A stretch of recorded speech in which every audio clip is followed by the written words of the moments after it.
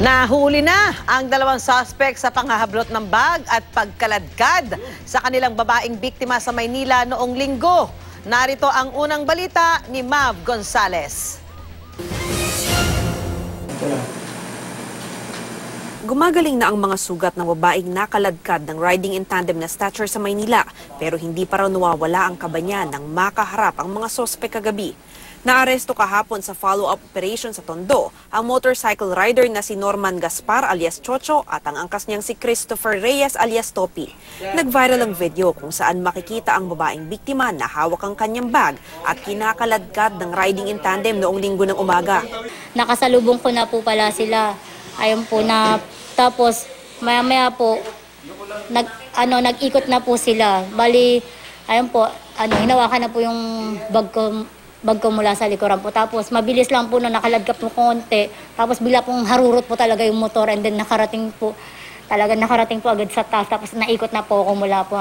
Nung pagka bumelo kong bitaw kasi masakit na po yung dito ko. Halos mapuno ng sugat at pasa ang katawan ng biktima dahil sa insidente.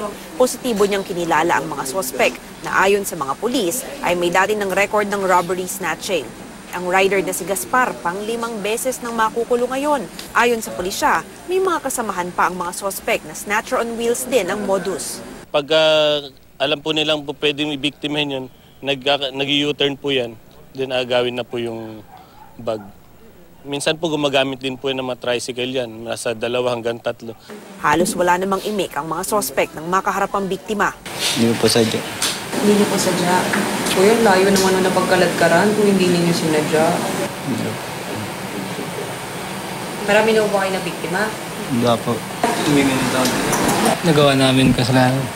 Although may kaba po rin po sa sarili ko po na pero masaya naman po kasi nahuli na rin po sila. Makakasuhan ng robbery, snatching at serious physical injury ang dalawang sospek.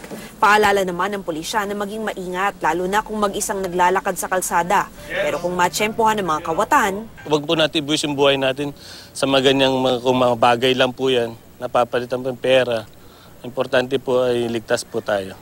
ito ang unang balita sa Maynila. Mav Gonzales reporting.